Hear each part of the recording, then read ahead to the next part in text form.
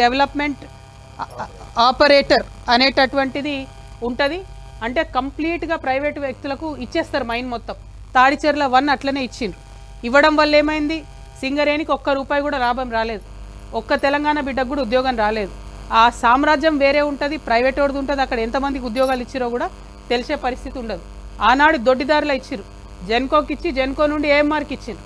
So దానికి సంబంధించి మన కంట్రోల్ ఉండదు. ఇవాళ తాడిచెర్ల 2 ఎట్టి పరిస్థితులలో ఏఎంఆర్ కావచ్చు, ఇంకోరు కావచ్చు ఇవ్వడానికి లేదు.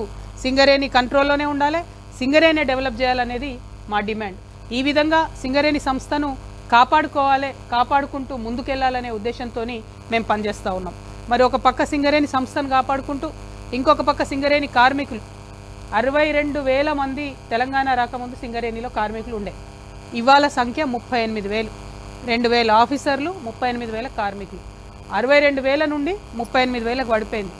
అది కూడా ఆనాడు డిపెండెంట్ ఎంప్లాయ్మెంట్ గురించి కేసీఆర్ గారు నిర్ణయం తీసుకుంటే మేమందరం ఆఫీసర్లు ఎంటబడి కోర్టులలో కేసులు కాకుండా ఎవరు అప్లై చేస్తే వాళ్లకు ఖచ్చితంగా అన్ఫిట్ చేయాలి. వాళ్ళ పిల్లకి ఇచ్చుకుంటాడా, పిల్లగానికి ఇచ్చుకుంటాడా, అల్లునికి ఇచ్చుకుంటాడా, పక్కింటి ఆయనకి ఇచ్చుకుంటాడా, మాకు అవసరం లేదు. సింగరేణి గని కార్మికుడు జీవితాంతం బాయిలకు దిగి బొక్కల వంకర పోయి నడుము వంగిపోయే పరిస్థితి వస్తుంది. కాబట్టి వాళ్ళకి ఆ చాయిస్ ఇవ్వాలి అని చెప్పి మేము ఆనాడు చాలా లిబరల్గా డిపెండెంట్ ఎంప్లాయ్మెంట్ పాలసీ చేసినాం. ఇవాళ అదంతా బొడగొడుతున్నారు కాంగ్రెస్ వాళ్ళు. కేవలం డబ్బు ఎవరికి ఇస్తే వాళ్ళని అన్ఫిట్ చేయాలనేటటువంటి పరిస్థితి వచ్చింది. ఆ పరిస్థితి ఉండకూడదు.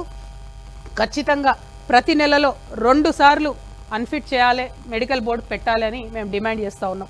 ఆ డిమాండ్ మామూలుగా చేయడం లేదు. ఇప్పటికే పెండింగ్ ఉన్నాయి 2,000 అప్లికేషన్లు. అవి క్లియర్ కావాలంటే మంత్లీ 2 టైమ్స్ మెడికల్ బోర్డు పెట్టాలి. అవి క్లియర్ అయిన తర్వాత మంత్లీ ఒకసారి పెట్టినా కూడా నడుస్తుంది. కానీ మీరు స్పష్టంగా గవర్నమెంట్ ఆర్డర్ ఇస్తారా, సింగరేణి నుంచి పత్రికా ప్రకటన ఇస్తారా, మాకు సంబంధం లేదు. మీరు క్లియర్గా చెప్పాలి. మీ అనుబంధ సంఘాలతోని లీకులు చేయించడం, మెడికల్ బోర్డు పెడుతున్నాం 15వ తారీఖు నాడు అంటే కుదరదు. మీకు మేము లాస్ట్ మంత్ 28th నెల రోజులు టైం ఇచ్చినాం ప్రభుత్వానికి.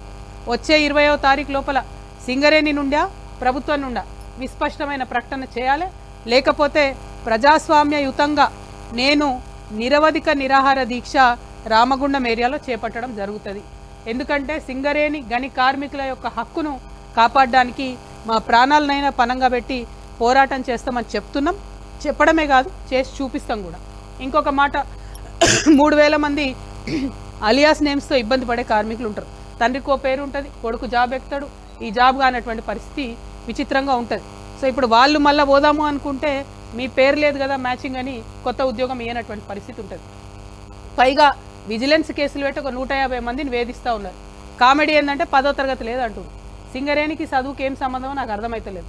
ఎందుకంటే అంతకుముందు ఇక్కడ మనం సింగరేణి మొదలు స్టార్ట్ అయినప్పుడు రన్నింగ్ పెట్టి తీసుకున్నారు జాబ్స్. అప్పుడు చదువుకు అవసరం లేదు, ఫిజికల్ ఫిట్నెస్తో సంబంధం ఉంటుంది సింగరేణిలో. అవన్నీ కూడా పక్కకు పెట్టి కేవలం డబ్బులు దండుకోవడానికి ఈ ప్రభుత్వం చేస్తుంది. అలియాస్ పేర్ల సమస్య కూడా తీర్చాలి. డిస్మిస్ కార్మికులకు సంబంధించి వారికి 1 టైం సెటిల్మెంట్ కింద మళ్ళొకసారి జాబ్ ఇచ్చి అవకాశం ఇవ్వండి. ఈసారి కండిషన్స్ లిబరల్గా పెట్టండి. వారిని అందరినీ కూడా జాబ్లోకి తీసుకోవాలని నేను డిమాండ్ చేస్తూ ఉన్నాను. అంతేకాదు, ఇక్కడ కొత్తగూడెంలో సాంబశివరావు గారు ఉన్నారు, ఎమ్మెల్యే గారు. ఆయన అధికారం పంచుకుంటాడు, కానీ కార్మికులకు మెడికల్ బోర్డు పెట్టకుండా అన్యాయం జరిగితే మాట్లాడరు. కార్మికులకు ఏదైతే వాగ్దానం చేసిండ్రో సొంత ఇంటి కళ, దాని గురించి ఒక్క అడుగు ముందుకు పడకపోయినా సాంబశివరావు గారు మాట్లాడరు. 25 లేబర్ కోడ్లు దేశవ్యాప్తంగా కుదించి 4 లేబర్ కోడ్లు చేసిన సాంబశివరావు గారు మాట్లాడరు. కానీ ఎర్ర జెండా వేసుకుంటారు, కాంగ్రెస్ పార్టీతో అలైబలై చేసుకుంటారు. ఎర్ర జెండా అంటేనే విప్లవాల జెండా, ఎర్ర జెండా అంటేనే కార్మికుల పక్షాన నిలబడాల్సినటువంటి జెండా. కానీ ఆ జెండాను పక్కకు పెట్టి వారి సొంత ఎజెండా కోసం ఇవాళ సాంబశివరావు గారు పనిచేయడంతో కార్మికులకు అన్యాయం జరుగుతూ ఉంది. నేను ఎమ్మెల్యే గారిని డిమాండ్ చేస్తూ ఉన్నాను, మీరు అధికారం పంచుకుంటూ ఉన్నారు, ఇవాళ లేబర్ చట్టాలను మేము ఇంప్లిమెంట్ చేయము అని చెప్పి అసెంబ్లీలో మీరు తీర్మానం చేయించండి, రెజల్యూషన్ పాస్ చేయించి కేంద్ర ప్రభుత్వానికి పంపించండి. అప్పుడే మీకు చిత్తశుద్ధి ఉందని చెప్పి మేము నమ్ముతాం తప్పితే లేకపోతే ఇంకోటి కాదు. ఇంకొక మాట చెప్పాలా, మరి రేపు ఉమ్మడి ఖమ్మం జిల్లాకు ముఖ్యమంత్రి గారు రాబోతూ ఉన్నారు. రైతుకు సభ పెడుతున్నాడు ఆయన. రైతులకు సభ పెట్టి రేపు ఒక 60,000 మందికి రైతు బంధులు వేస్తారంట. జనాలేమో ప్రజలేమో వాళ్ళకు ఒకటేసారి ఓట్లు వేసిరు, కానీ వీళ్ళేమో ఇన్స్టాల్మెంట్లలో రైతు బంధులు వేస్తారు, ఇన్స్టాల్మెంట్లలో పెన్షన్లు వేస్తారు. అది కూడా ఏంది 30 నెలల్లో 3 సార్లు ఎగబెట్టిరు. ఒకసారి సగం వేసిరు 2 ఎకరాల కాడికే, ఓ 2 సార్లు మాత్రం పూర్తిగా వేసిండ్రు. అంతేకాదు ఇంకో పక్క యూరియా, దాన్ని అయితే మరీ ఘోరం. మొన్నటిదాకా యాప్ పెట్టిరు. ఆ యాప్ వద్దు మహాప్రభు అని మేమందరం మొత్తుకుంటే ఇప్పుడు యాప్ తీసేసి మీ సేవా కేంద్రంలో పెడతాడట. అంటే రైతు ఎద్దు ఇడవాలి, వ్యవసాయం ఇడవాలి, నాగలు ఇడవాలి, అన్ని ఇడిచిపెట్టి ఆయన పోయి మీ సేవా కేంద్రంలో లైన్ కట్టి కూర్చోవాలి, ఆడికి పోయి యూరియా తెచ్చుకోవాలి. ఎందుకోసం ఇవి ఎక్కడ లేని వింత పోకడలు, లేని ఎక్స్పెరిమెంట్లన్నీ రైతులతో ఎందుకు చేయాలి ముఖ్యమంత్రి గారు? పైగా ముఖ్యమంత్రి గారు ఇక నాకంటే మించిన రైతు బాంధవుడు లేదన్నట్టు ఆయన మాట్లాడుతూ ఉన్నాడు. బోనస్ ఇస్తామని చెప్పారు కదా అన్ని పంటలకు, ఒక్కసారి తప్పితే ఎవరికి బోనస్ ఇవ్వలేదు. ఇప్పుడేమో మేము చెప్పిన 7 రకాల వడ్లేస్తేనే బోనస్ ఇస్తామని చెప్పి మళ్ళా బోగస్ మాటలు మాట్లాడుతూ ఉన్నారు. ఇవన్నీ పక్కకు పెట్టి రేపంట లక్షలాది మందితో కలిసి డిప్యూటీ సీఎం గారు ఖమ్మంలో సభ పెడతా ఉన్నారట. నేను కొత్తగూడెం ప్రజల తరఫున, కొత్తగూడెం జిల్లా ప్రజల తరఫున ఒకటే ప్రశ్న